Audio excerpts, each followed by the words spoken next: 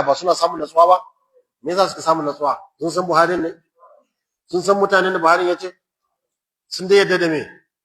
To yanda ka yadda da Buhari yayi magana haka muka yadda da Maliki yayi magana ta zauna. Domin akwai taklid. Kamar yadda kake taklidin Buhari haka muke taklidin Malik. Kun fahimta? Amma Allah cikin Buhari ba ya zo ne dan ya soke mazahib ba, shi muhaddis ne zai kaya muku abin da ya inganta wurin, kamar an yi wani abu mai reporting, wani abu ya faru kamar yanzu kisan da aka yi wa mutane a Jos. In dan jarida mai neman labaru ya je ba ruwan shi ba ruwan shi ko musulmi suka kisan ko su aka kashe, shi dai zai ruwaito abin da ya inganta a wurin shi. Na je Jos na ga an kai ma anguwar Kirista hari amma ba a san su waye ba.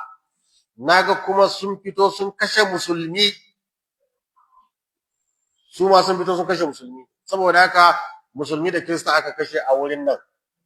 Amma kuma da gwamnati za ta je jaje sai ta je wurin bangaren wa Kirista, ba ta je wurin bangaren me.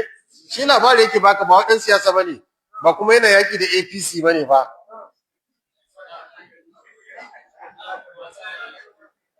Kun fahimta? To haka Bukhari yake.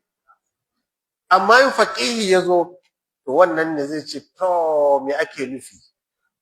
Me ake nufi? Gwamnati ta je ta ga wannan ba ta ga wannan ba. Oh me yasa? Oh to ai mun hana su mulki, muna kokarin dadada musu. Mun hana su mulki, muna kokarin dadada musu, saboda haka su ba mu son su yi kuka, domin sun yi kuka suna da uwa a bakin ne. Su kuma musulmin nan ga sunan miskinai ne, ba su da uwa a bakin murhu, a kashe su kamar an kashe kiyashi. Shi yasa ko gane wannan ta'awil ne, shine aikin fuqaha. Kun fahimci bambanci?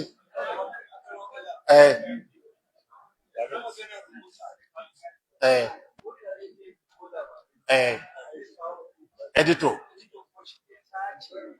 To editor shine faqihi, reporter kuma shine muhaddith. Allah shirye da mu.